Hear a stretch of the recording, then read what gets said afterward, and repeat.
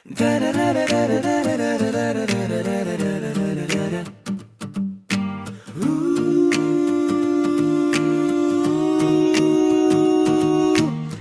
na umaga, alam ko ay tumunog. Sacrament meeting daw, sabi ng phone ko. Anong oras na nasa office ka pa? Isang oras ang biyahe pa uwi. Pagdating ng bahay, pagod magmotor sobra.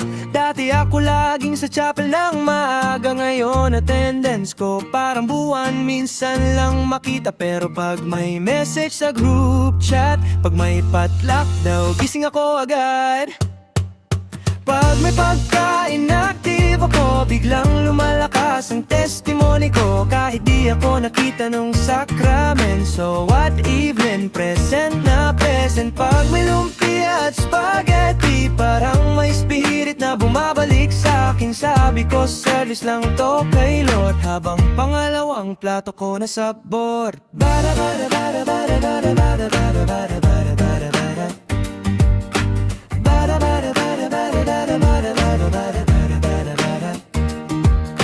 Ward activity sa cultural hall. Ako unang dumating, parang may call. Brother, tulong ako sa setup ha. Pero sa pila ng pagkain na una, uy, long time no see, sabi ng ward. Sabi ko busy lang, pero nandito pa rin kay Lord. Habang may hawak na coke at pansit, medyo obvious kung bakit ako nag-visit. Pero sa totoo, nakakamiss lang yung ganitong feeling kasama ang saint.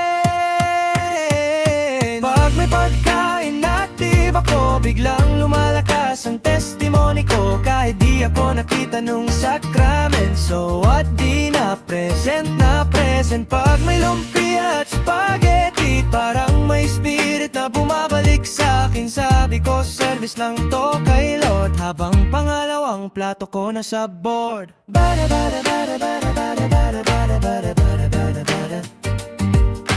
Bada bada bada bada bada bada bada bada bada bada bada.